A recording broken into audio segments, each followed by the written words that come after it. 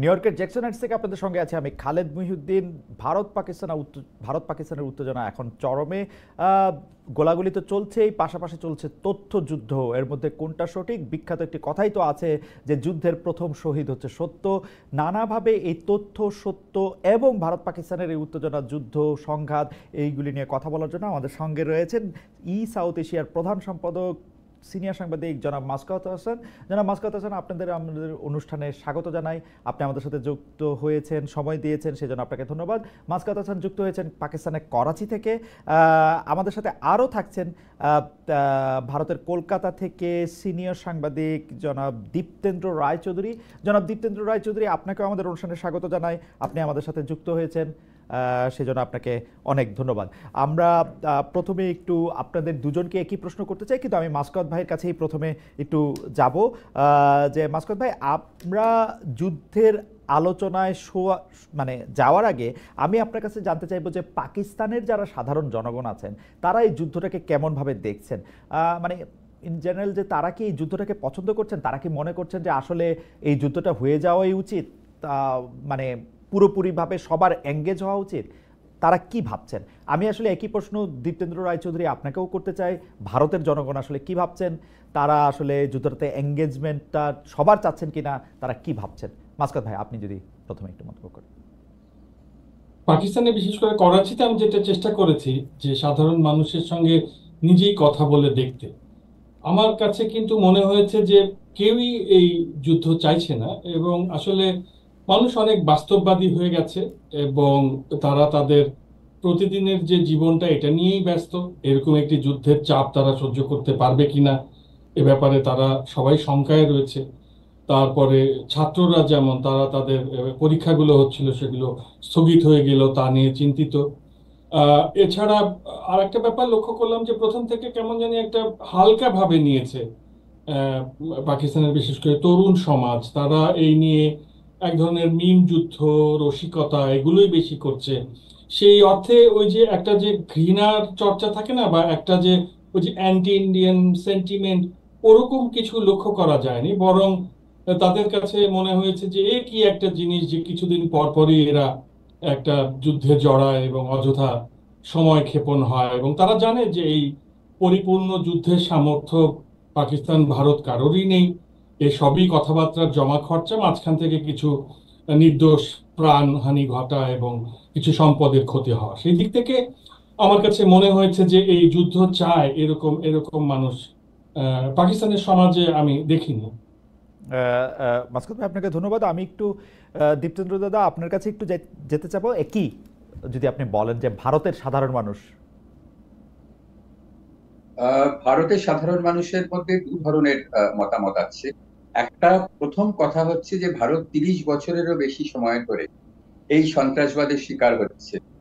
একটা ব্যক্তিগত কথা এখানে বলতে পারি, যখন প্রথম পাঞ্জাবে এই খালিস্তানি সন্ত্রাসবাদ দেখা দিয়েছিল, সেই সময় পাঞ্জাব ইলেকশন কভার করার সময় আমি একটা দোকান থেকে সিগারেট কিনেছিলাম।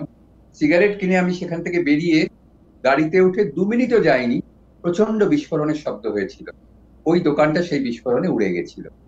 ফলে আমরা বহু কাল ধরে, 30 বছর ধরে, 40 বছর ধরে এমন একটা জায়গায়, 30 বছরই বলবো, 35 বছর এমন একটা জায়গায় বাস করছি।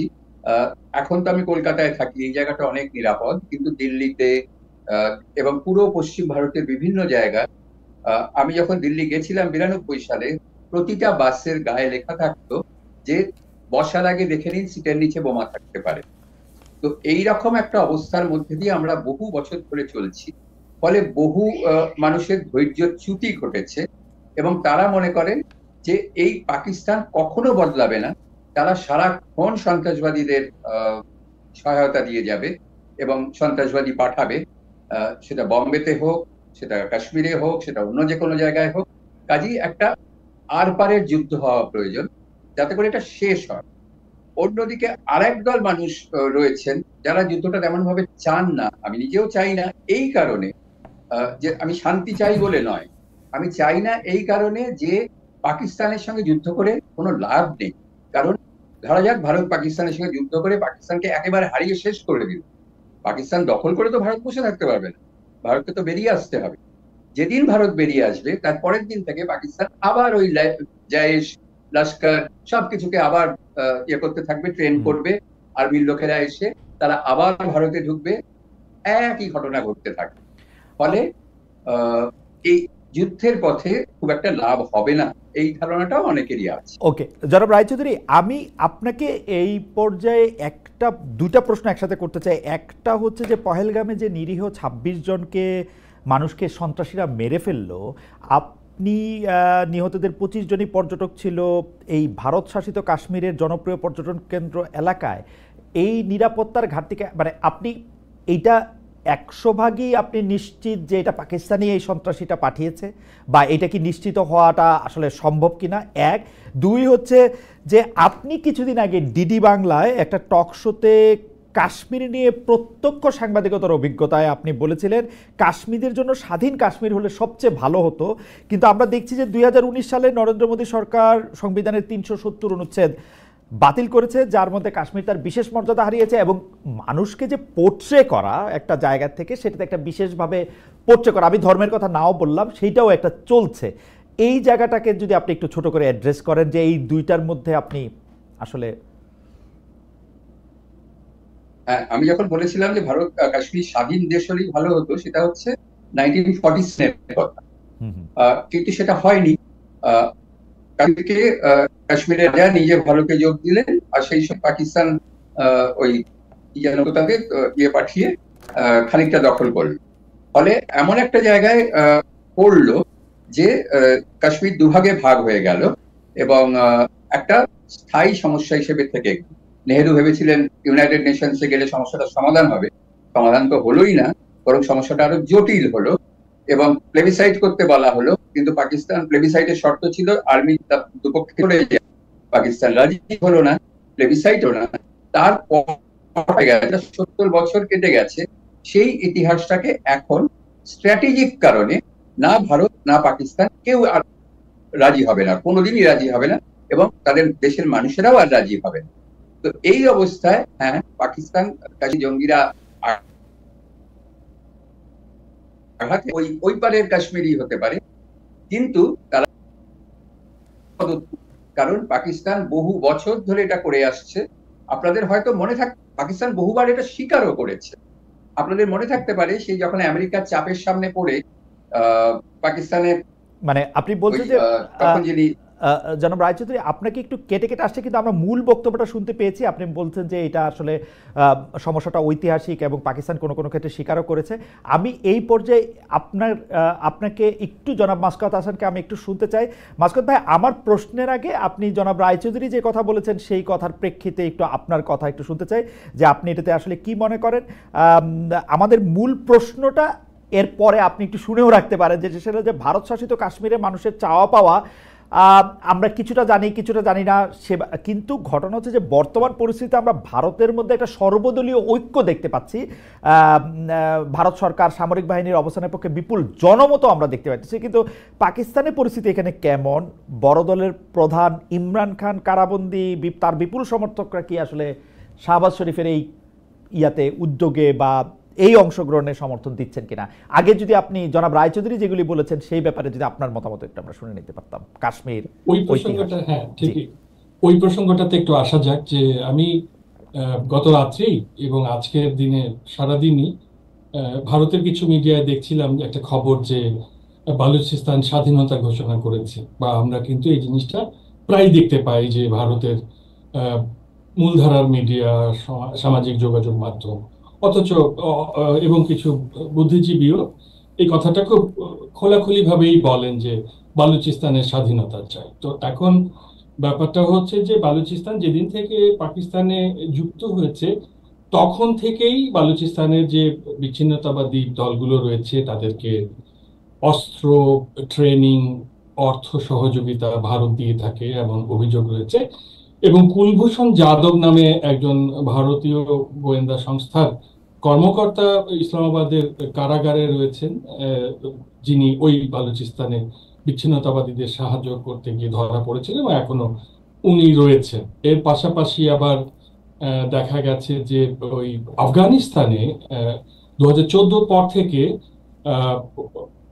10টি মতো 18টি মতো, হ্যাঁ 18টি মতো ভারতীয় কনসুলেট স্থাপিত হয়েছিল পাকিস্তান সীমান্ত বরাবর। এখন আফগানিস্তানে ঠিক পাকিস্তান সীমান্ত বরাবর ভারতের 18টি কনসুলেট নিশ্চয়ই সন্দেহের উদ্রেক করে। এবং যেটা আরো দেখা গেছে সেটা হচ্ছে যে পাকিস্তানের ভেতরে যখন সন্ত্রাসবাদ বিরোধী অভিযান চলতে থাকে, তখন আফগানিস্তান থেকে এসে খাইবার পাখতুনখোয়া বা উত্তর ওয়াজিরিস্তান, বালুচিস্তান এই জায়গাগুলোতে হামলা চালানো হয়, এবং তখন আবার পাকিস্তান কর্তৃপক্ষ ভারতের দিকে তার আঙুল তুলে দেয়। কিন্তু এই যে ব্যাপারটা, এটা পাকিস্তানে ওইভাবে গুরুত্ব পায় না, কারণ পাকিস্তানের সাধারণ মানুষ এবং মিডিয়া আমার মনে হয় যে ওই স্টেজটা পার হয়ে এসেছে যে অভ্যন্তরীণ ব্যর্থতার জন্য অন্যকে দায়ী করে খানিকটা পাঞ্চিং ব্যাগ না হিসেবে না, ব্যবহার কিন্তু করা। জনাব আহসান, আপনি নিশ্চয়ই কাশ্মীরে আসবেন,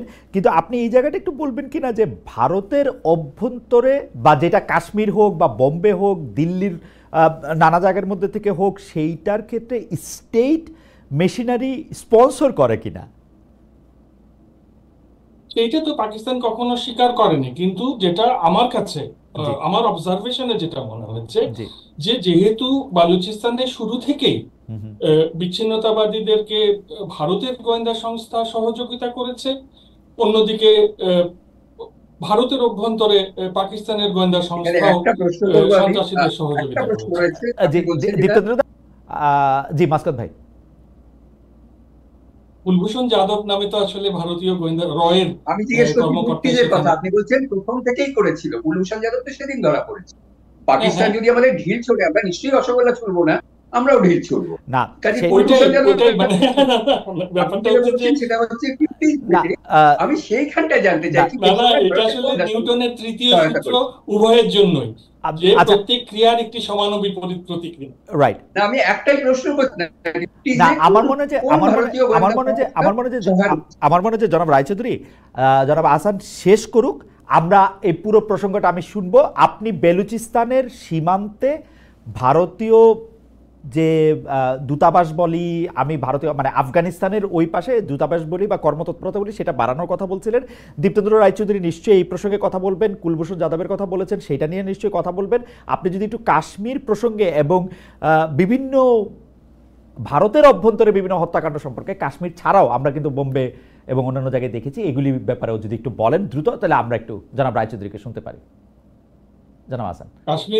কাশ্মীরের অভ্যন্তরে যেটা দেখা গেছে যে দীর্ঘদিন ধরে তো এই সমস্যাটি বজায় থেকেছে, এবং এক পর্যায়ে আমরা যতদূর জানি, এই তথ্য নিশ্চয়ই ওনার কাছেও রয়েছে, যে যখন ডক্টর মনমোহন সিং এবং পারভেজ মুশাররফ এরা দুজন বসে মোটামুটি ঠিক করেছিলেন যে এই এই কাশ্মীরকে পুরোটাকেই স্বাধীনতা দিয়ে ভারত এবং পাকিস্তান তাদের সহযোগিতা করবে, এবং এই জায়গাটা থেকে, এই ঝামেলাটা থেকে তারা উভয়ে বেরিয়ে আসবে। কিন্তু সেটা সম্ভব হয়নি। সে সময় প্রণব মুখার্জি পররাষ্ট্রমন্ত্রী ছিলেন, উনি খুব একটা এটা চাননি, এরকম আলোচনা ছিল। যা হোক, এখন যেহেতু কাশ্মীরের জনগণ বুঝে গেছে উভয়াংশে যে এই স্বাধীনতাটা সম্ভব না, কাজে ভারতের অভ্যন্তরের যে কাশ্মীরের মানুষ, তারা তাদের জীবনকে গুছিয়ে নিতে চেষ্টা করছে। তারা পর্যটনের ক্ষেত্রে কিছু আয় উপার্জন করে একটা আত্মনির্ভর উন্নয়ন কৌশল খুঁজে পেতে চেষ্টা করছে। পাকিস্তান অংশেও একই ব্যাপার রয়েছে।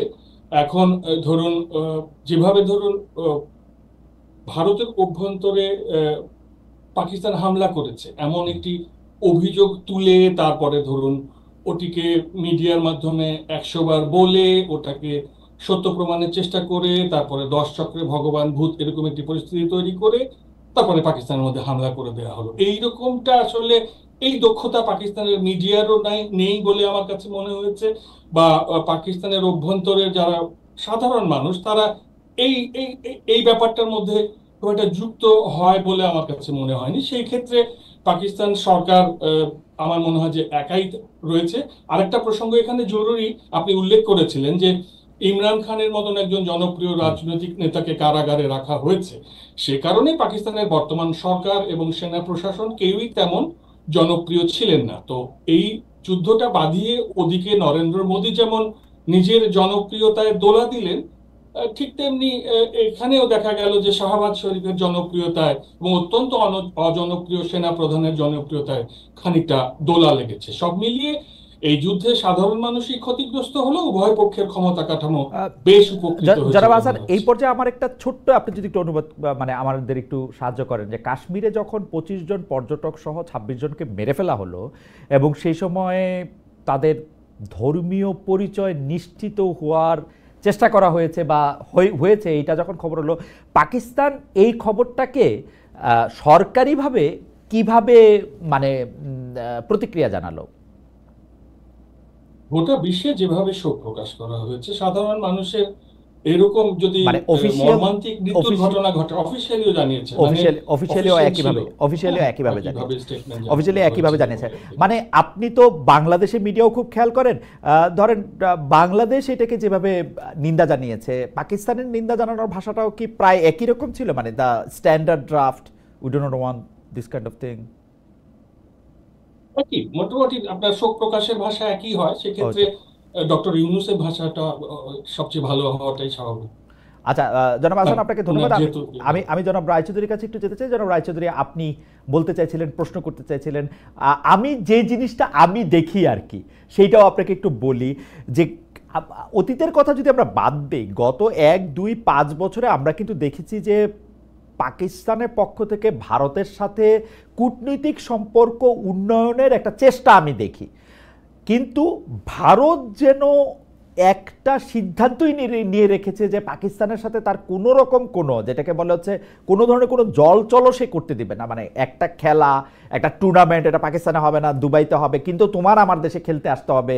মানে ভারতের পক্ষের ব্যাপারটা কি বেশি কিনা আপনি কি বলেন, সেটাও আপনি একটু বলেন। আর জনাব আহসান কিছু কথা বলেছেন, কিছু প্রসঙ্গ তুলেছেন, বেলুচিস্তান, একজন গোয়েন্দা ধরা পড়া, সেই প্রসঙ্গও যদি একটু আমাদের বলেন, জনাব রায়চৌধুরী।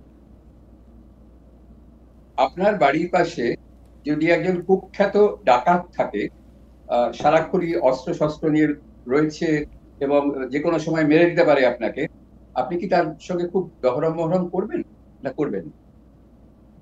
তাকে একটু এড়িয়ে চলবেন কোনটা? এটা আমার প্রশ্ন। আমার মনে হয় যে জনাব রায়চৌধুরী, আপনি যেসব ভাষা ব্যবহার করতেছেন সেই সব ভাষা হয়তো আপনার মানে প্রত্যক্ষ অভিজ্ঞতা, প্রত্যক্ষ রাগ, এগুলি নানা ধরনের আছে, কিন্তু আমরা একটা একাডেমিক, একটা ল্যাবরেটরি আলোচনা, এটার মধ্যে আমি বলতে চেষ্টা করতেছি একাডেমিক লেভেল থেকেই আমি বলছি, জি, একাডেমিক লেভেল এখন থেকেই আমি পাকিস্তানকে বলছি, আপনি স্টেট মেশিনারির জায়গা একটা থেকেই, দুর্বৃত্ত স্টেট রাষ্ট্র। মেশিনারির জায়গা থেকেই আপনি কুখ্যাত ডাকাত এটা বলতে চান? হ্যাঁ, পাকিস্তান একটা দুর্বৃত্ত রাষ্ট্র, আচ্ছা, তা নিয়ে কোনো সন্দেহ নেই।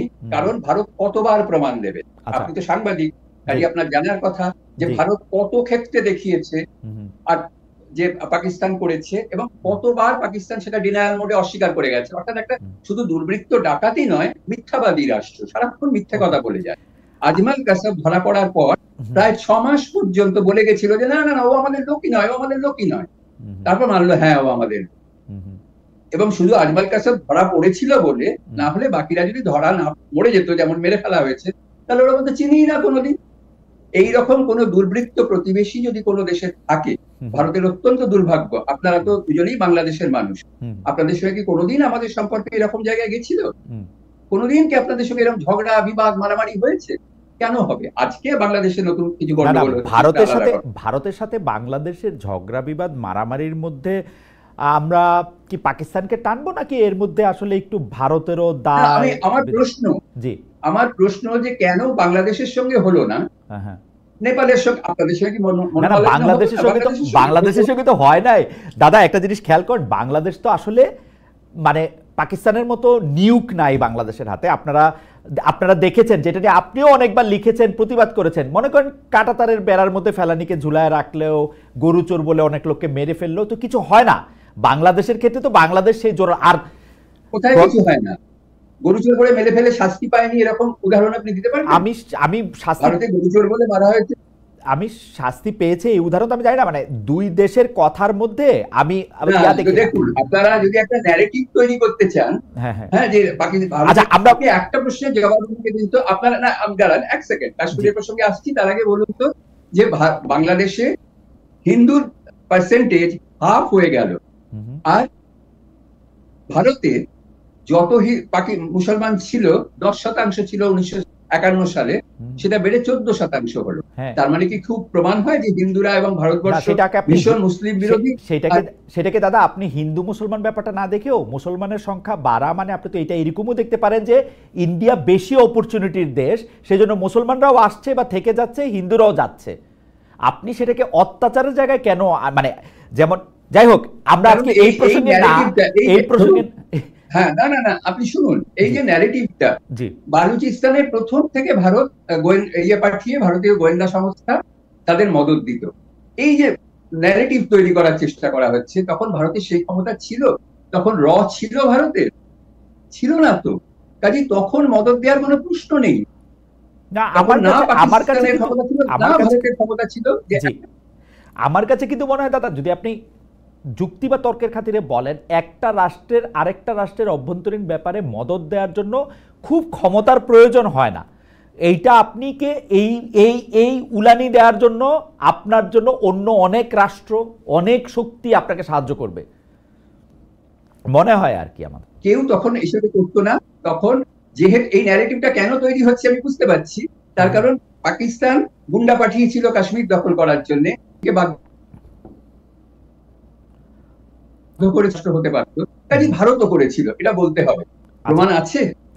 কোনো প্রমাণ দিতে পারবেন আপনি? এই যে আপনি বললেন যে গরু চোরদের গরু চোর বলে মারা হয়, তাদের কি কোনো অপরাধ তো হতেই পারে যে কোনো দেশে, যে কোনো জায়গায়, তারা শাস্তি পায় কি পায় না, সেইটা হচ্ছে সব থেকে বড়। পায় না, পায় না, পায় না। কয়েকটা উদাহরণ দিই। বিএসএফ কে বেশ কিছু ক্ষেত্রে দাদা, বিএসএফ কে বেশ কিছু ক্ষেত্রে ইমিউনিটি দেওয়া হয়েছে, এইটা আপনি জানেন। বিএসএফ কে মারার ক্ষেত্রে অবৈধ অনুপ্রবেশের কথা বারবার বলা হয়েছে, এবং এই যে গরু চোর এই টার্মটা কিন্তু বিএসএফ এর মাধ্যমে আপনি জানেন ভারতের সর্বোচ্চ পর্যায় থেকেও এই টার্ম ব্যবহার করেছে, এবং আনফরচুনেটলি আমাদের আগের সরকারও এই টার্ম ব্যবহার করেছে। যদি যদি পুলিশ বা স্টেটের মেশিনারি অ্যাকশন নেয়, তারা অ্যাকশন নেবে না? গরু চুরি হবে বা স্মাগলিং হবে, সবকিছু হবে, তারা অ্যাকশন নেবে না? না দাদা, তারা বসে থাকবে চুপ করে? এটা বলতে চাইছেন দাদা দুইটা তো দুই কথা।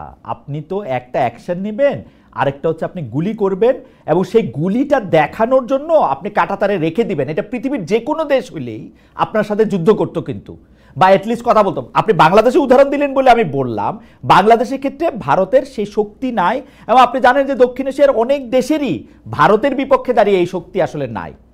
আমি আপনাকে বলি আমরা একটু ভারত পাকিস্তানেরও নেই। এই যে আলোচনাটা হচ্ছে না, পাকিস্তান ভারতের ধারে কাছে নেই। না না, নাই তো, নাই দেশটা না, নাই তো, সেই জন্য তো ভারত বিগ ব্রাদার এই অঞ্চলে। আজকে যে পরিস্থিতিটা চলছে, সেই পরিস্থিতিটা যদি 2 মাস চলে, ওরা না খেতে পেয়ে মারা যাবে। রাইট। ওদের অর্থনীতি তো নেই, এমনিতেই নেই। রাইট। তারপরে যেটুকু আছে, ওই IMF এর থেকে একটু টাকা আনবো, ওখান থেকে একটু টাকা আনবো, এনে বেঁচে থাকবো, রাইট, সেটাও শেষ হয়ে যাবে। এবং ভারতের কোনো এবং ভারত জানে যে ভারতের কোনো অসুবিধা হবে না, সেই জন্য ভারত যে কারো উপরে যুদ্ধ চাপিয়ে দিতে পারবে, তাই তো? ভারত বারবার বলে এসছে যে আমরা শুধু টেররিস্টদের ডেনগুলোকে মারবো। ওই যে একজন লোক, সে কি টেররিস্ট নয় যে বলছে হাই হাই করছে, আমার ছেলে মরে গেল, আমার মরে গেল, আমার ফ্যামিলিটা শেষ হয়ে গেল? সে টেররিস্ট নয়? টেররিস্ট কি টেররিস্ট নয়, এটা জবাব আপনি দিন, তারপর আমি বাকি কথা বলবো। জনাব রায়চৌধুরী, আপনি মানে আমরা আলোচনাটা একটু যদি গুছাতে চেষ্টা করি, আপনি বলতেছিলেন যে শুধুমাত্র যেখানে ট্রেনিং সেন্টার সেইখানে ভারত বারবার বলতেছে যে ভারত মারবে, এগুলি যে ট্রেনিং সেন্টার, এই ইন্টেলটা ভারত কোত্থেকে পাচ্ছে? এই ইন্টেলিজেন্সটা সারা পৃথিবী কোথা থেকে পায়? আমেরিকা যখন মেরেছিল, আমেরিকা যখন ওসামা বিন লাদেনকে, আমি ভারতটা কোত্থেকে পাচ্ছে না না বললে, আপনি না না বলে সব এড়িয়ে যেতে চাইলে কি? আচ্ছা ঠিক আছে, আপনি বলেন, সত্যগুলো তো স্বীকার করুন, আপনি বলেন। হ্যাঁ, আমি স্বীকার করছি, তো থাকুন। হ্যাঁ, ওসামা বিন লাদেন কোন দেশে ছিল এবং কোন দেশ এসে তাকে তুলে নিয়ে চলে গেল সেখানে? কারণ ওসামা বিন লাদেন এবং মোল্লা ওমর ঘোষণা করেছিল আমরা মেরেছি। হ্যাঁ,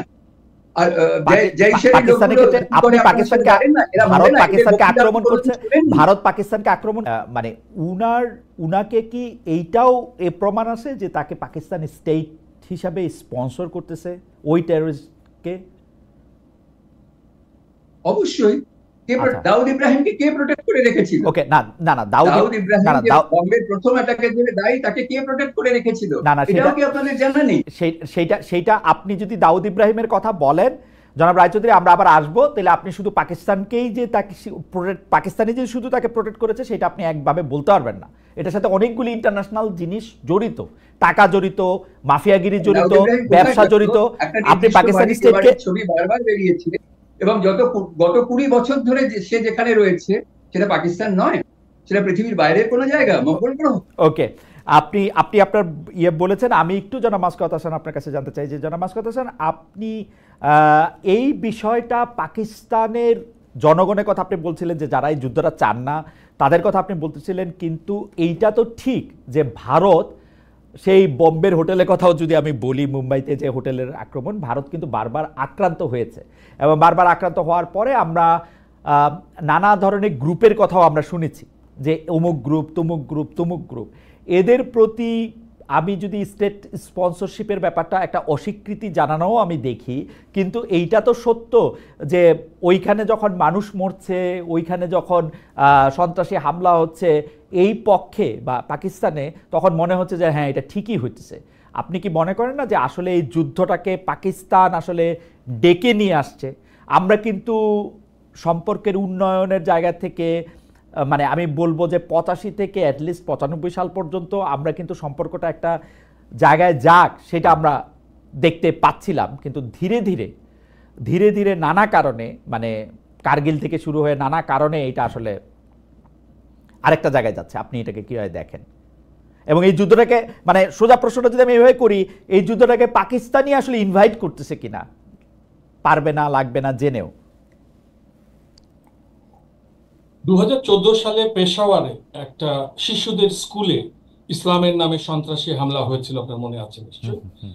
এবং সেইখানে অনেক শিশু মারা যায়, তাদের মধ্যে সেনাবাহিনীর যে সৈনিকরা তাদের সন্তানও ছিল। এবং এরপর যেটা হয়, এই শিশু মৃত্যু দেখে পুরো পাকিস্তান সমাজ আন্দোলন সংগ্রাম শুরু করে, এবং তখন পাকিস্তান সরকার সন্ত্রাসবাদ বিরোধী লড়াই শুরু করে।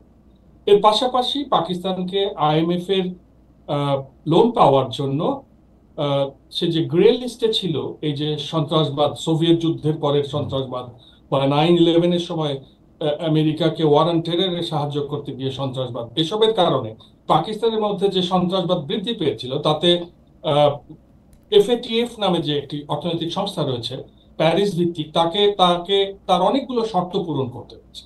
তা ছিল হচ্ছে সন্ত্রাসী যে সংগঠনগুলো রয়েছে তাদেরকে নিষিদ্ধ করতে হবে, মাদ্রাসাগুলোতে সরকারের মনিটরিং নিয়ে আসতে হবে, তাদের আয় ব্যয়ের হিসাব দেখতে হবে।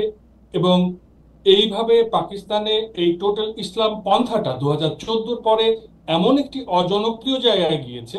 আপনি দেখবেন ইসলামপন্থী রাজনৈতিক দলগুলো 1-2টি আসনের চেয়ে বেশি পায়নি। মানে পাকিস্তানে সেই ক্ষেত্রে একটি কট্টর ইসলামপন্থী দল দেশের ক্ষমতায় যাবে বা গিয়ে প্রধানমন্ত্রী হবে বা গিয়ে বলবে যে হ্যাঁ এটা এখন থেকে কট্টরপন্থী ইসলামের দেশ, এরকম পরিস্থিতি তো কল্পনাও করা যায় না। সুতরাং ওই 2014 সালের পরের বাস্তবতা না জেনে যদি ধরুন আমরা এই আলোচনাটা টেনে লম্বা করতে থাকি, তাতে তো খুব একটা লাভ হবে না। আমার কাছে যেটা মনে হয়েছে সেটা হচ্ছে যে যেহেতু যুক্তরাষ্ট্রের পাকিস্তান এবং ভারত দুজনের সঙ্গেই একটি চমৎকার ওয়ার্কিং রিলেশনশিপ রয়েছে, জাতিসংঘেরও একটি চমৎকার সম্পর্ক রয়েছে, সেখানে এই উভয় পক্ষকে ডেকে উভয়ের বিরুদ্ধে যে ডোসিয়ার রয়েছে, তাদের কাছে উভয়ের বিরুদ্ধে সন্ত্রাসীদের ব্যবহার করার যে ভিডিও রয়েছে, প্রমাণাদি রয়েছে, সেগুলো উত্থাপন করুক এবং এরা আলাপ আলোচনার মাধ্যমে এই সমস্যার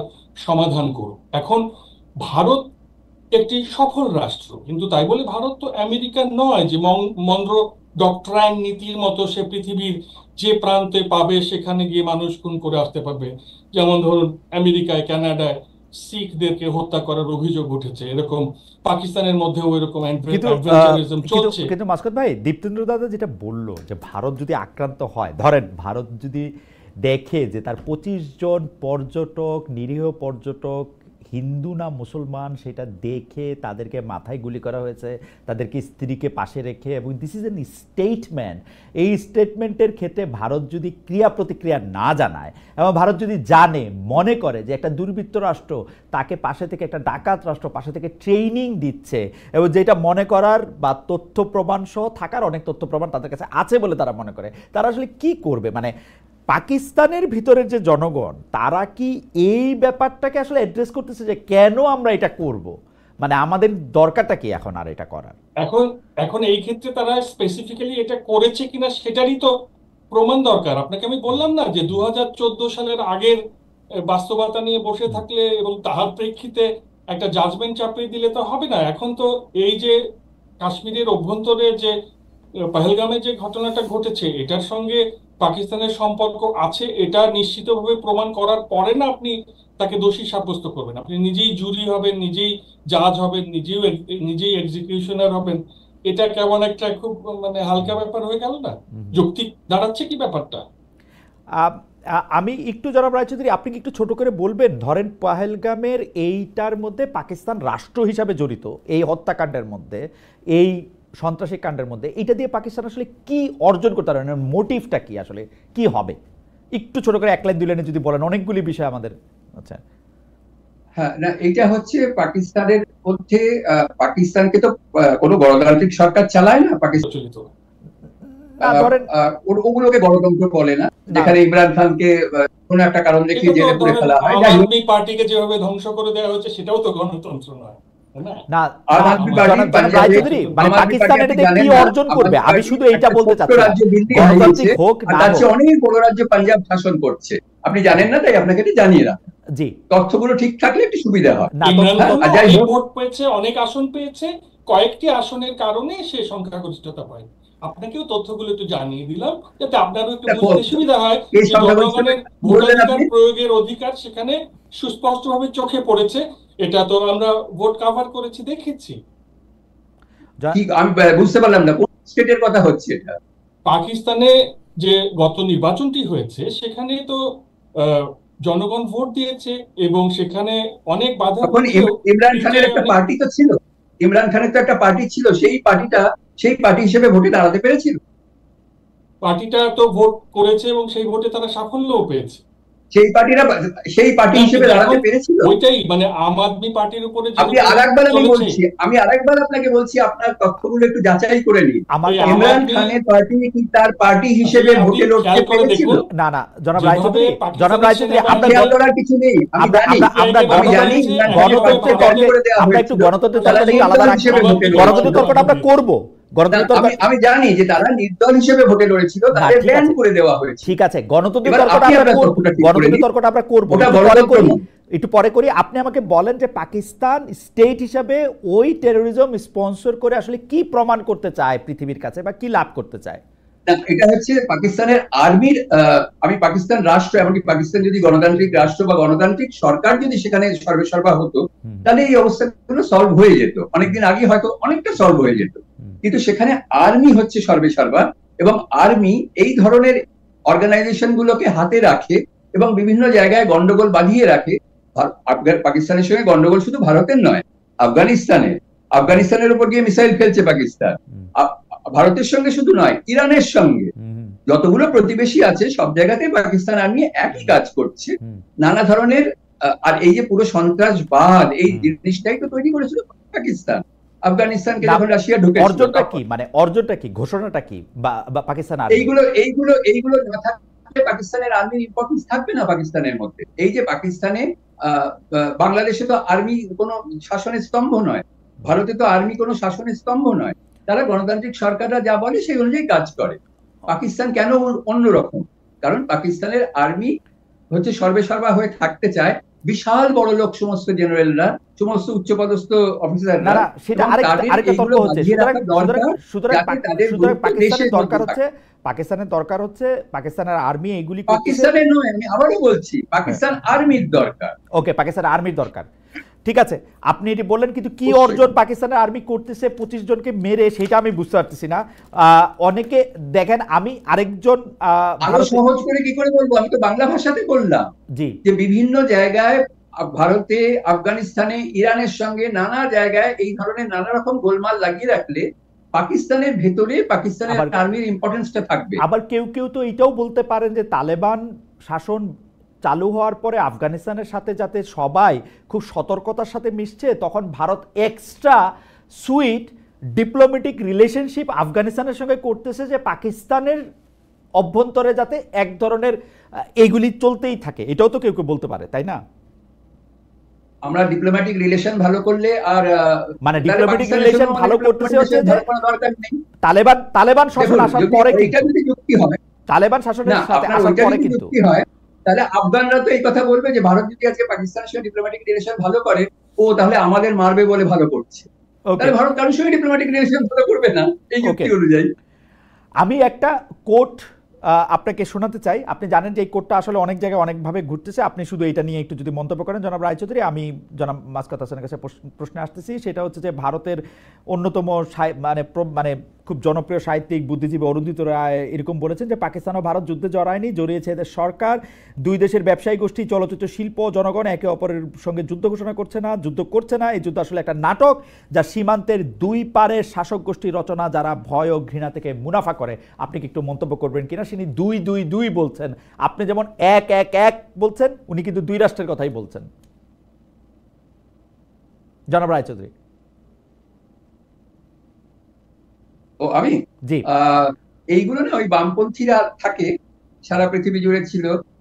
একসময় ইউএসএসআর এদের টাকা পয়সা দিত, এখন ইউএসএসআর দেয় না, অন্য অনেক লোকজন আছে, আমেরিকায় ওকরা আছে, এবং তারা এই সেম ন্যারেটিভ পৃথিবীর সর্বত্র চালিয়ে যায়। এদের প্রমাণ করার একটাই লক্ষ্য আছে, সেটা হচ্ছে মানুষ নয়, ওই গণতান্ত্রিক শাসকরা নয়, ব্যবসায়ীরা সব চালাচ্ছে, অর্থাৎ যাতে গণতন্ত্রকে ধ্বংস করা যায়। এখন দেখুন, আমার এই মতটাতে কোনো আপত্তি নেই যে দুটো দেশের সরকার অবশ্যই নিজেদের মধ্যে মারামারি করছে, কিন্তু ভারতের বিশাল সংখ্যক জনগণের সমর্থন রয়েছে এই লড়াইতে, এবং নরেন্দ্র মোদী যদি এই লড়াইটা না করেন তাহলে তার জনপ্রিয়তা জিরোতে নেমে আসবে। কারণ আমরা পড়ে পড়ে মার খাবো সারাক্ষণ, কেউ এসে মারবে আর তারপরেই সবাই বলতে শুরু করবে যে না না না, যুদ্ধ করতে নেই, শান্তি করো, শান্তি করো, ভালোবাসো। ভারতবর্ষ গিয়ে জঙ্গিদের ভালোবাসতে পারবে না, ভারতবর্ষের মানুষ জঙ্গিদের ভালোবাসতে দেবে না, সেই দিন শেষ হয়ে গেছে। এইটাই আমি জানাই। আমি একটু জনাব মাসকাত হাসান আপনার কাছে একটু ইয়ে করতে চাই যে পাকিস্তানের ক্ষেত্রে যে এই অভিযোগ যে পাকিস্তান আসলে সন্ত্রাসবাদকে লালন করে, সন্ত্রাসবাদকে পুষ্ট করে, এবং পাকিস্তানের আর্মির বিরুদ্ধে যে অভিযোগ, এইটা মূলত পাকিস্তানের আর্মিরাই আসলে পাকিস্তানকে চালায়, যতটাই গণতন্ত্রের মোড়কে চালাক না চালাক, এবং তাদের যেহেতু কারো কাছেই কোনো জবাবদেহি করতে হয় না, জনগণের কাছে যেতে হয় না, সেহেতু তাদের গুরুত্ব বজায় রাখার জন্য, চুরি করার জন্য, দুর্নীতি করার জন্য তাদের এরকম একটু ট্রাবলড ওয়াটার লাগে। আজকে ভারতের সাথে, কালকে কাশ্মীর নিয়ে, পরশুদিন আফগানিস্তানের সাথে, তরশুদিন তালেবান নিয়ে, এরকম তাদের করতেই হয়। এইটা পাকিস্তানের জনগণ, পাকিস্তানের ইন্টেলিজেন্সিয়া এই ব্যাপারটাকে আসলে কীভাবে দেখেন, যে পাকিস্তানের আর্মি যে দেশটা 1947 সালের পর থেকে আজ পর্যন্ত জগদ্দল পাথরের মতো চেপে বসে আছে, এবং এটা থেকে আসলে রেহাই বা মুক্তির কোনোরকম কোনো উপায় আছে কিনা জানি না, বা এটাকে আসলে কিভাবে দেখে জনাব মাসকাত হাসান? এটা দুর্ভাগ্যজনক যে যেমন পাকিস্তানের সব দেশের একটা সেনাবাহিনী থাকে, আর সেনাবাহিনীর একটা দেশ আছে সেটা পাকিস্তান, আর সব দেশেই ব্যবসায়ী থাকে, কিন্তু ব্যবসায়ীদের একটা দেশ আছে সেটা ভারত। তো এখন এই যে ধরুন পাকিস্তানে আপনি যদি সাম্প্রতিক বছরগুলোতে লক্ষ্য করে থাকেন, সেনাবাহিনীর কিন্তু সেই শৌর্য বীর্য কিছুই নেই। সেখানে নাগরিক সমাজ প্রকাশ্যে যেভাবে সেনাবাহিনীর সমালোচনা করে, সেখানে সামাজিক যোগাযোগ মাধ্যমে যেভাবে তারা উপহাসিত, সমালোচিত, সেখানে একটি সমাজে এতটা অপছন্দনীয় হয়ে বেঁচে থাকে কি করে তারা, এই নিয়েই আমার মাঝে মধ্যে মানে বেশ প্রশ্ন জাগে। তাছাড়া এই যে ধরুন ইমরান খানের মতো একজন জনপ্রিয় নেতা, তিনি কারাগারে রয়েছেন, এবং তার যে রাজনৈতিক দল সেটি তারুণ্যের রাজনীতি, ফলে সেনাবাহিনী পাকিস্তানে খুবই অপছন্দের পাত্র। এমন নয় যে সেনাবাহিনীকে ঘাড়ে নিয়ে সবাই ঘুরছে। আর পাকিস্তানে রাজনীতিতে গত দুটো নির্বাচনে যেটা দেখলাম যে সেখানে ধরুন এই যে কাশ্মীর ইস্যু কোনো এজেন্ডা নয় বা অ্যান্টি ইন্ডিয়া। আমার মনে হয় যে যারা ধরুন ওই অতীতের সমস্ত চিন্তা ভাবনাগুলো পাকিস্তান সম্পর্কে পোষণ করেন তাদের উচিত যে অন্তত পশ্চিমা যে সাংবাদিকরা সেখানে রয়েছেন পাকিস্তানে তাদের সঙ্গে কথা বলে একটু জেনে নেওয়া যে সেনাবাহিনী সেখানে কিরকম একটা চাপের মধ্যে রয়েছে এবং ওই চাপের মধ্যে থেকে মাসুদ ভাই, সে তো আর এই অ্যাডভেঞ্চার করতে পারছে না। তো মাসুদ ভাই, সন্ত্রাসবাদীদের সে যদি প্রশ্রয় দেয় তাহলে সে সে জনপরিসরে টিকতে পারবে না। না আপনি তো মাসুদ ভাই, সেখানে আপনি তো মাসুদ ভাই, হ্যাঁ আপনি এইটা আমাকে একটু মানে আপনার জায়গা থেকে একটু পরিষ্কার করবেন কিনা। আমি সাদামাটা ভাষায় দূর থেকে যা দেখি সেটা হচ্ছে অনেকটা এইরকম, ইমরান খানের সাথে সেনাবাহিনীর একটা প্রেম ছিল। ইমরান খান খেলোয়াড় থেকে বিশ্বকাপ জয়ী অধিনায়ক থেকে খুব জনপ্রিয় একজন মানে নবীন রাজনীতিবিদ থেকে পাকিস্তানের প্রধানমন্ত্রী হয়েছিলেন। ইমরান খানের সাথে সেনাবাহিনী প্রেমটা আর থাকলো না। ইমরান খান শুধু সেই জায়গা থেকে দূরেই গেলেন না, অনেক জনপ্রিয় থাকা সত্ত্বেও এখনও তিনি জেলেই আছেন। তার মানে পাকিস্তানের আর্মি যদি চায় কালকে মাসকাওত আসাদ ভাই যাই বলুক না কেন যে কোনো লোককেই আসলে ক্ষমতার কেন্দ্রে আনতে পারে, ছুঁড়ে ফেলে দিতে পারে, আটকে রাখতে পারে। ব্যাপারটা কি ওরকম দুই লাইনে আমরা যেতে পারি না মানে, বা যেতে আমাদের হবে? এটাই মানে পাকিস্তানের সেনাবাহিনী যেটা করে সেটা জি, হচ্ছে সে হর্স ট্রেডিং করে। সে দেখে যে এইবার কে রেসে সম্ভাবনাময়, তখন তার পক্ষে হর্স ট্রেডিং করে আপনার 10 থেকে 20 জন সাংসদকে সে জিতিয়ে আনার জন্য তার সমস্ত এনার্জি দেয়। হুম, আপনি দেখেন ইমরান খান যে ক্ষমতা থেকে সরে গেলেন, সেটা ইমরান খান ক্ষমতায় আসলেন যখন, তখনও ইমরান খান কিন্তু রেসে এগিয়েই ছিলেন।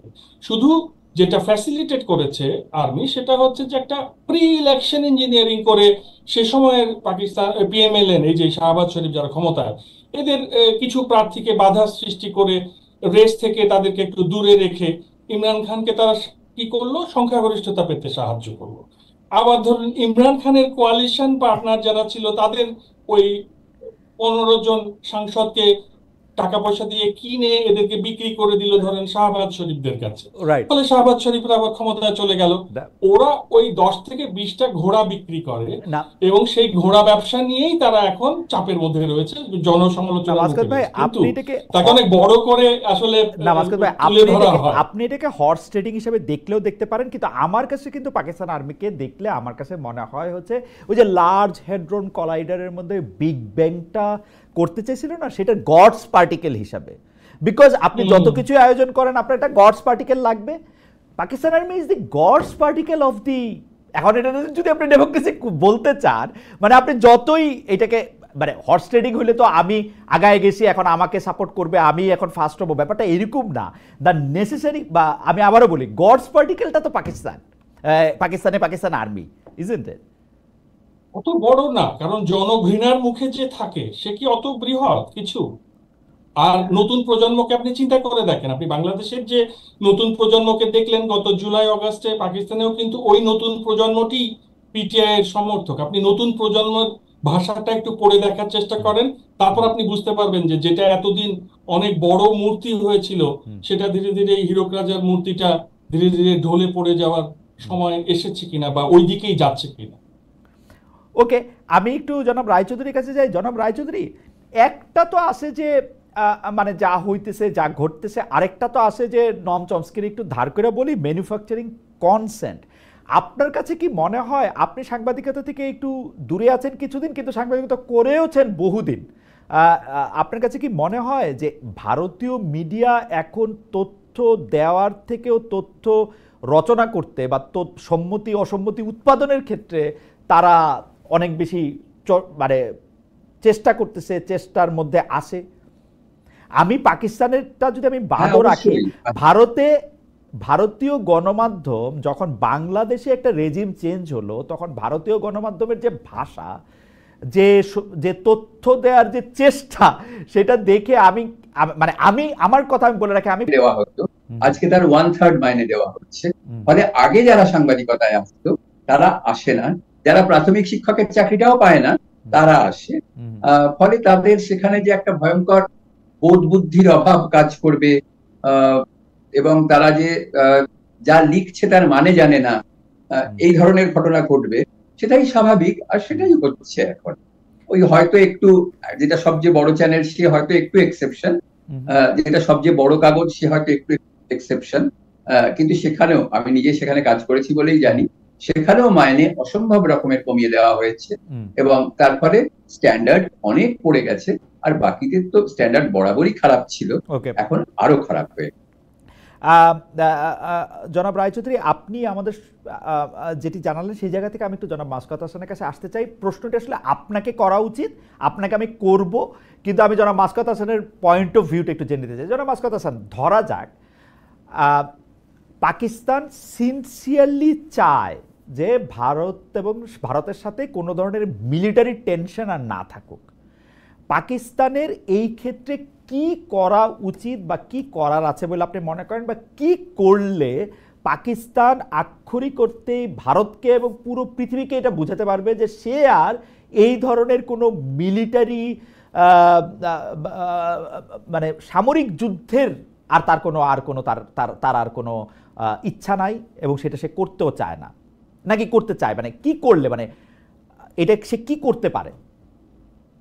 একটু আগে আপনাকে একটু উল্লেখ করেছিলাম বোধহয় যে পাকিস্তানকে আসলে যেটা করতে হবে যে যুক্তরাষ্ট্র এবং জাতিসংঘ এই দুজনের কাছেই এই গ্যারান্টিটা দিতে হবে যে ভারতের অভ্যন্তরে সে কোনো রকম সন্ত্রাসী কর্মকাণ্ডে যুক্ত থাকবে না, এবং ভারতকেও সেটা করতে হবে। আসলে একটা জিনিস কি যে দ্বিপাক্ষিক সম্পর্কের ক্ষেত্রে একজন অনেক বড়, আরেকজন অনেক ছোট, বা একজন অনেক উৎকৃষ্ট আরেকজন অনেক নিকৃষ্ট, এভাবে তো আর পররাষ্ট্রনীতি চলে না। আমার যেটা মনে হয় যে পারস্পরিক শ্রদ্ধাবোধের ভিত্তিতে এই যে দুজনের সঙ্গে যে কমন রিলেশনশিপ আছে যুক্তরাষ্ট্র এবং জাতিসংঘ, সেটাকে কাজে লাগিয়ে আসলে এই এই ভদ্রস্থ একটি ব্যবস্থার দিকে যাওয়া উচিত। কারণ এই যে গোয়েন্দা সংস্থাগুলো নিজেদের বাজেট বাড়ানোর জন্য, নিজেদের গুরুত্ব ধরে রাখার জন্য যে কাজগুলো করে বেড়ায়, এগুলো উভয় রাষ্ট্রেরই আমার মনে হয় যে সাধারণ মানুষের জন্য ক্ষতিকর হয়ে দাঁড়ায়। কারণ ধরুন জার্মানি সেই দ্বিতীয় বিশ্বযুদ্ধের পরে 10-15 বছরের মধ্যে কল্যাণ রাষ্ট্রের পথে হাঁটা শুরু করেছিল, কিন্তু 78 বছর হয়ে গেছে এই দুটি দেশ। সেখানে দারিদ্র্যে বিশীর্ণ মানুষ, কৃষক আত্মহত্যা করে, কর্মসংস্থানহীন যুবক তাদের হতাশা রয়েছে, এবং আপনি জানেন যে স্যানিটেশন ব্যবস্থা ভালো নয়। দুটি দেশেই মানে ওপরের দিকে অনেক টাকা পয়সা ভারতের রাজকোষে রয়েছে, হয়তো পাকিস্তানের রাজকোষে কম রয়েছে, কিন্তু আপনি যদি দেখবেন ধনী দরিদ্রের ব্যবধানের চেহারাটা একই, এবং মানে আপনি কল্যাণ রাষ্ট্রের ওই যেহেতু যুক্তরাষ্ট্রের সঙ্গে একটা কমন ফ্রেন্ডশিপ আছে এবং জাতিসংঘ খুব আগ্রহী, দুজনে বসে এবার একটু যদি চেষ্টা করে যে খানিকটা সভ্যতার আলোয় যদি যাওয়া যায়, নিজেদের বাহাদুরিগুলোকে একটু পাশে সরিয়ে রেখে আর কিছুটা আধুনিক তো হতে হবে। জেনজি যেহেতু এসে গেছে, নতুন প্রজন্মের দাবিও আমার ধারণা এরকমই। আমি দুই দেশের তরুণদের মনোজগৎকে তাদের লেখালেখি থেকে, তাদের মিম দেখে বুঝেছি যে ওরা ঘৃণার পরিবর্তে আসলে বন্ধুত্বেই আগ্রহী। জনাব রায়চৌধুরী, আমি এই প্রশ্নটা আপনাকে প্যারাফ্রেজ করে করতে চাই যে আসলে ভারত, মানে আপনি তো এটা জবাব দিবেনই, ভারত যে পাকিস্তানের যেটাকে আপনি শিক্ষা বা শিবির ট্রেনিং ঘাঁটি বলছেন সেখানে যে আক্রমণ করছেন, এইটা দিয়ে আসলে ভারত কি অর্জন করতে চায়? মানে একটা যুদ্ধের ক্ষেত্রে একটা লক্ষ্য থাকে না যে ধরেন আরও 50টা এরকম করবে বা আরও 50,000 এরকম করবে, বা পাকিস্তানের 2টি শহর গুড়িয়ে দিবে বা পুরো পাকিস্তানকেই গুড়িয়ে দিবে, হয়তো নিউক মারবে, মানে কি করতে চায়? মানে একটা তো আমি তো বুঝতে পারতেছি যে আপনি প্রথম যেটা বলতেছেন যে সেটা হচ্ছে এরকম করলে এরকমই করা হবে, মানে একটা শিক্ষাদান প্রক্রিয়ার মধ্যে চলতেছে। এইটার আসলে মানে ভারত আসলে কি অর্জন করলে ভারত বুঝবে যে অর্জিত হয়েছে লক্ষ্য? ওই একই ব্যাপার, আমাদের দেশে এসে 10 জনকে মেরে গেলে 100 জন সন্ত্রাসবাদীকে ভারত মারবে, তাদের খুঁজে খুঁজে কোথায় কোথায় তাদের ট্রেনিং সেন্টার আছে, তারা কোন বাড়িতে থাকে। আর এরা না খুব কি বলবো আমি, নিকৃষ্ট জাতের মানুষ হয়। যেমন তারা তাদের বাড়ির মধ্যেই বউ ছেলে মেয়ে সব রেখে দেয়, যাতে করে ওই বাড়িটা উড়িয়ে দিলেই বলবে দেখো নিরীহ নাগরিকদের মেরে দিল। পাকিস্তান যেমন এখন বলছে, কিন্তু সেইভাবে বাঁচা যাবে না। যতবার পাকিস্তান ভারত মানে এই সন্ত্রাসবাদীরা ভারতকে আক্রমণ করবে, এবং এই সন্ত্রাসবাদীরা পাকিস্তানেরই মদতপুষ্ট। তার কারণ হচ্ছে, যদি আপনি জানেন যে কাশ্মীরের সন্ত্রাসবাদ কি করে শুরু হয়েছিল। 4জন যুবক, তারা ইলেকশনে হেরে গেছিল এবং তাদের অন্যায়ভাবে হারিয়ে দেওয়া হয়েছিল, তাতে কোনো সন্দেহ নেই। তারা পাকিস্তানে যায়, তারা পাকিস্তানে গিয়ে আর্মস ট্রেনিং নেয়, আর্মস আনার ব্যবস্থা করে, কাশ্মীরে ফিরে আসে, কাশ্মীরে সন্ত্রাসবাদ শুরু হয়। তো এই জিনিসটা যতদিন চলবে, ভারতে কোনো সন্ত্রাসবাদী শক্তি টিকে থাকতে পারবে না যদি না আরেকটা রাষ্ট্র তাকে মদত দেয়। এমনিতে আর এমনিতে ধরেন যে আপনি যেহেতু আপনি এটাকে যে আপনি যে ইসলামিস্ট বলা প্রপোর্শনটা হয়, দাদা, আপনি যে প্রপোর্শনটা বললেন, মানে 10 জন মারলে গিয়ে 100 জন খুঁজে খুঁজে মারা হবে, এই প্রপোর্শনটাতে এইটা করার ফলে ভারত কি যেটাকে বলে হচ্ছে নাগরিকদের জন্য একটা নিরাপদ রাষ্ট্রে পরিণত হওয়া, সেই পথে কি আসলে মানে ঠিকঠাক আসে, মানে এইটা করতে পারতেছে, মানে ভারত ভারত এত ভারত বড় ক্রমাগতভাবে দেশ, খুব নিরাপদ রাষ্ট্রে পরিণত হচ্ছে? ভারত এত বড় দেশ যে এখানে মানুষের নিরাপত্তা দেওয়া, এত বড় দেশে কোনো কোনো আমেরিকাও পারে না তার নাগরিকদের এইভাবে নিরাপত্তা দিতে। প্রতিদিন সেখানে নানা রকমের ঘটনা ঘটে চলে। হ্যাঁ, তো কারণ অত পুলিশ, অত আর্ম ফোর্সেস তো থাকতে পারে না। কাশ্মীরে 2 কোটি না 3 কোটি পর্যটক গেছে 1 বছরে।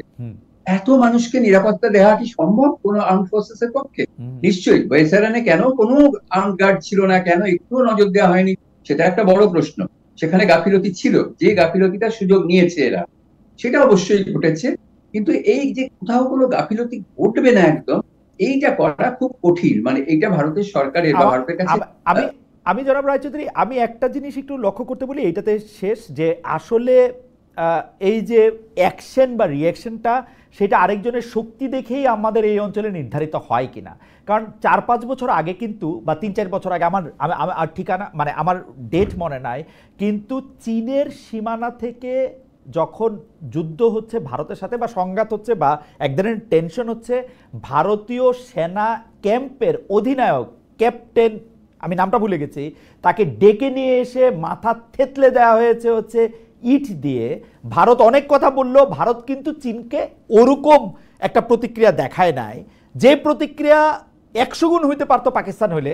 এটা কি শক্তির তারতম্যের জন্য? না না না না না না, ভারতের সোলজার পাকিস্তানে গেছে, তার মাথা থেতলে দেওয়া হয়েছে, ভারত তার জন্য যুদ্ধ করতে যায়নি। যারা আর্মড ফোর্সেসে কাজ করছে আর যারা সিভিলিয়ান, তাদের মধ্যে আকাশ পাতাল তফাৎ আছে। পাকিস্তান যদি এইটা এসে 21 জন 25 জন আর্মড ফোর্সেসের লোককে মারত, তাহলে তার প্রতিক্রিয়াটা একরকম হতো, সেখানেও ওই টার্গেটে নিয়ে হতো। কিন্তু এখানে তারা যেটা করেছে সেটা হচ্ছে অমার্জনীয় অপরাধ। তারা নিরীহ নিরাপরাধ মানুষদের টার্গেট করছে, এবং এইটা পাকিস্তানের মদতপুষ্ট কাশ্মীরি জঙ্গিরা বহুদিন ধরে করে আসছে। আর এই যে তুমি একটা প্রশ্ন আরেকটা প্রশ্ন যেটা করছিলে, যে কি করলে পাকিস্তান শান্তি আসবে, পাকিস্তান এদের মদত দেওয়া বন্ধ করে দিক, ভারতের সন্ত্রাসবাদ আর হবে না। কি করলে আপনারা বুঝবেন যে পাকিস্তান আর মদত দিচ্ছে না? আপনাদের তো যখন ভারতের সন্ত্রাসবাদী আক্রমণ হবে না, ভারতের সন্ত্রাসবাদী আক্রমণ যে কোনো ভাবে, মানে যারাই করুক, সেইটাকে আপনি মানে ওই যে মানে তারা এটা পাকিস্তানি করছে, এটা আপনারা মানে ভারত এইটাই বলবে, নাকি এটা কি ভারতের মানে কি বলবো, একটা থাকে না একটা ইনফর্ম ডিসিশন, নাকি এইটা হচ্ছে যে আগে? কারণ মাসকাত ভাই কিন্তু পরিষ্কারভাবে বললেন যে এন্টি ইন্ডিয়া, তারপর হচ্ছে কাশ্মীর, এগুলি আর এখন জনমনে গুরুত্ব পাওয়া বিষয় পাকিস্তানের নয়। আমি আবারও বলছি, পাকিস্তানের জনগণের কোনো গুরুত্ব নেই। কেন ভুল জায়গায় ঢুকছেন? পাকিস্তান কোনো গণতন্ত্র নয়, ওটা হচ্ছে আর্মি ক্ষমতা দখল করেছে। আমি অবাক হব না যদি কোনদিন শুনি আসিফ মনির ক্ষমতা দখল করে নিয়েছে। কতবার দখল করেছে। পাকিস্তানে গণতন্ত্র বলে কিছু নেই। পাকিস্তান ওরকম 10 বছরের জন্য হয় একটু গণতন্ত্র, তারপরে আবার থাপ্পড় মেরে আর্মি দখল করে নেয়। কত পাকিস্তান যত বছর রুল করলো, তার বেশি সময় সেখানে গণতান্ত্রিক সরকার ছিল না, আর্মির সরকার ছিল।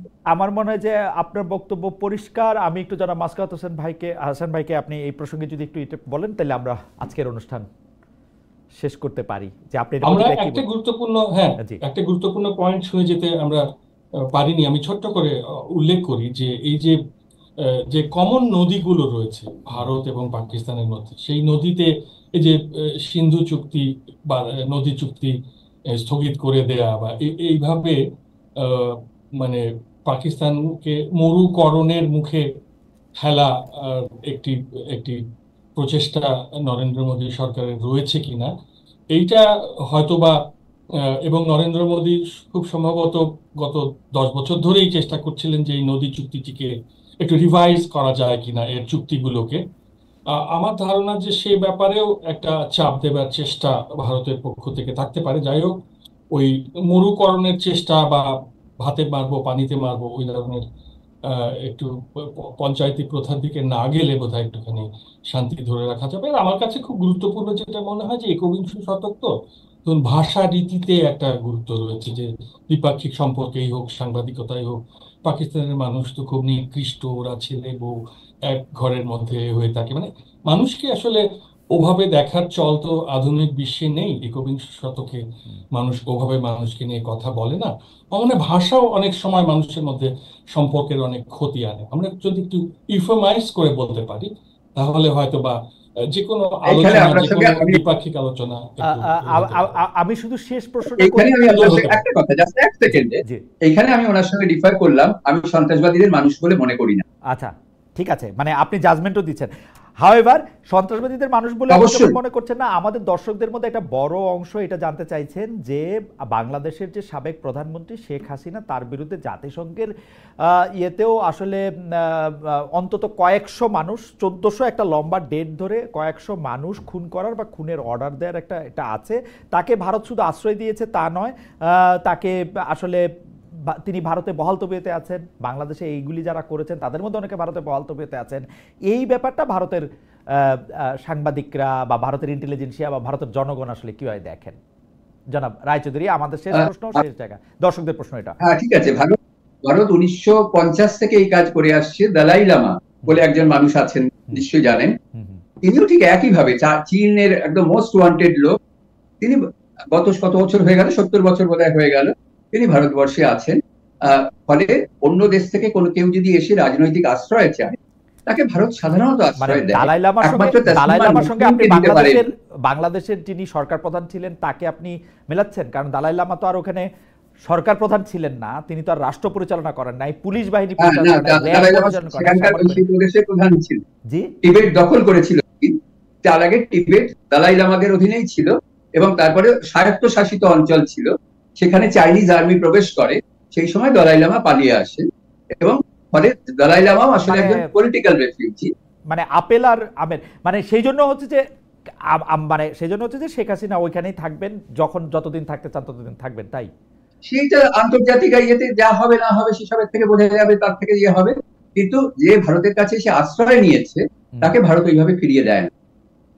মানে যদি আশ্রয় দেয় তাহলে ফিরিয়ে দেয় না, আর না হলে আশ্রয় দেয়ই না, ফলে চলে যায়। জাতিসংঘের চোখে সন্ত্রাসী পাকিস্তানে থাকলে সন্ত্রাসী, আর জাতিসংঘের চোখে সন্ত্রাসী তাহলে ভারতে থাকলে দেবদূত, এমন মনে হচ্ছে আমার কাছে। না, ধরেন কোন সন্ত্রাসী রয়েছেন জাতিসংঘের কাছে? সন্ত্রাসী কে রয়েছেন ভারতে? সন্ত্রাসী কর্মকাণ্ডের জন্য সেই জায়গা শেখ হাসিনাকে জাতিসংঘ সন্ত্রাসবাদী বলে বলেছেন করেছে। তিনি কেন অপপ্রচার করছেন আপনারা? আপনারা সারাক্ষণ কেন, আপনি কলকাতার সাংবাদিকতার কথা বললেন, আপনারা কোথায় যাচ্ছেন? আপনি জাতিসংঘের রিপোর্টটা পড়লে বুঝতে পারবেন না। সন্ত্রাসী বলে নাই, কিন্তু এইটা বলছে যে উনার শাসনামলে আরেকজন এক্ষুনি বললেন যে মানবতা বিরোধী অপরাধ, তার বিরুদ্ধে সংগঠিত। মিথ্যে কথা বলছেন আপনারা। সত্যের কোনো বিকল্প হয় না।